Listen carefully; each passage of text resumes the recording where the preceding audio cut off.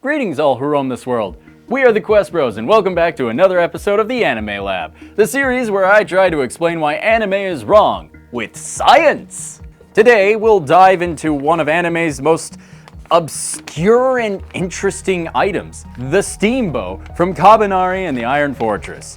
Before we get into it, allow me to explain what this show is without any spoilers. During the Industrial Revolution, a virus starts turning people into these powerful undead creatures called Kabaneri. Anyways, they can only be killed if you pierce their heart, which unfortunately is surrounded by an iron cage, because as if that wasn't difficult enough. You could always just decapitate them also, but who does that in Japan, where they have swords that were known for decapitating people? I'm going off on a tangent. Anyway, the series follows Ikoma, an engineer turned half which they then just call a Kabaneri, hence the title, and his village as they try to find refuge in other towns while aboard a massive train called the Iron Fortress. You can see why the anime is called that now. Yeah, it's pretty straightforward.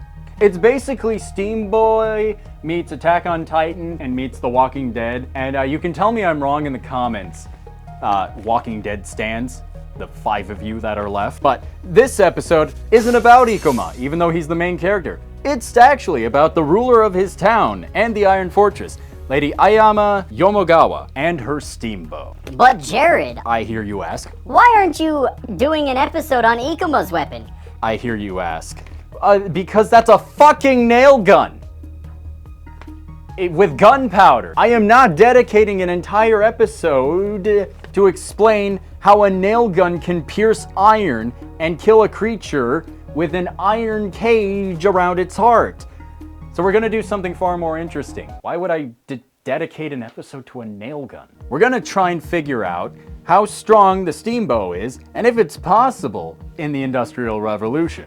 From what we can tell based off the footage from the show, when Ayama draws her bow, she pulls a trigger and steam discharges from the riser, causing the bowstring to rapidly recoil and launch the arrow. In order to figure out how powerful the bow is and therefore see if it's possible, we need to figure out how much force is needed to pierce a kanbei's heart, which I wish was simple.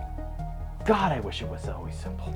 First, we need to use this equation, which is force equals perimeter of an area to be pierced times thickness of the material times shear strength rating of the material, all of which is in inches and PSI because fuck the metric system. But in order to find that, we need to find the perimeter of an average human heart, which is more difficult to find than you would think, and I am most assuredly on a government watch list for that. So we need to figure out how big an average human heart is, which is 5 inches long, 3.5 inches wide, and 2.5 inches front to back, and then calculate the surface area using a cylindrical equation because you and I both know I don't have time to figure out that bullshit. So the answer is about 49.08 inches, if you were wondering. Now we need to find the thickness of the material, which is the iron cage and the heart itself. They don't say how thick the iron cage is in the show, but we can figure out based on the footage that it is 3 to 4 inches thick, which was way less of a headache, let me tell you. Now for the shear strength of iron, we need to just look up the yield strength because apparently they're exactly the same thing. I guess. I'm not a scientist, I just play one on the internet.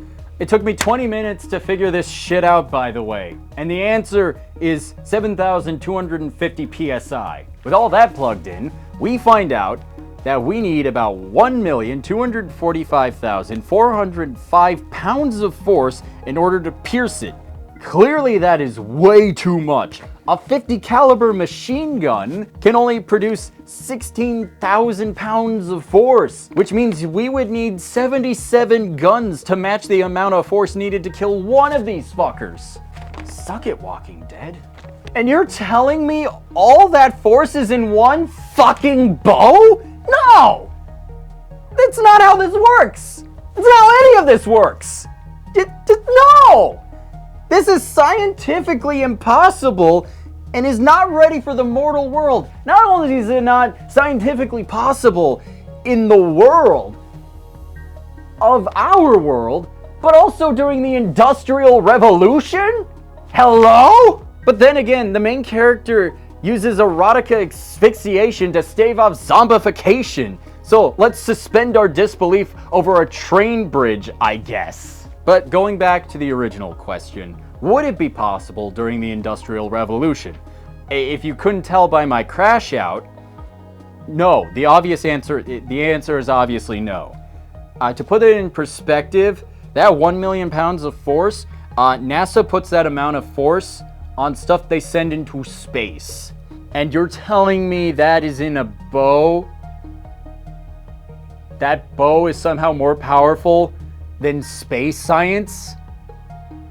Space science? Back in the Industrial Revolution, when the most advanced thing was indoor plumbing and trains? And indoor plumbing on trains? This research is giving me an aneurysm. Brother, we didn't even have a cure for polio back then. The closest thing we had to force power were cannons. No, space science would never. Space science would never. Thank you all for watching.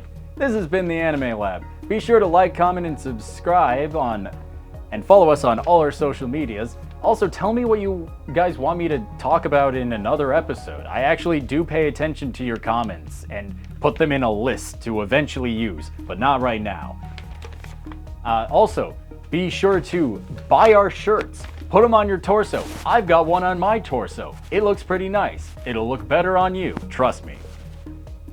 Don't forget to support the Patreon. I'm not sure if I said that already. And also, use code QuestBros for 10% off at Robin's Nerd Supplies. But we are the Quest Bros. This is the Anime Lab, and we will see you next time. Bye-bye!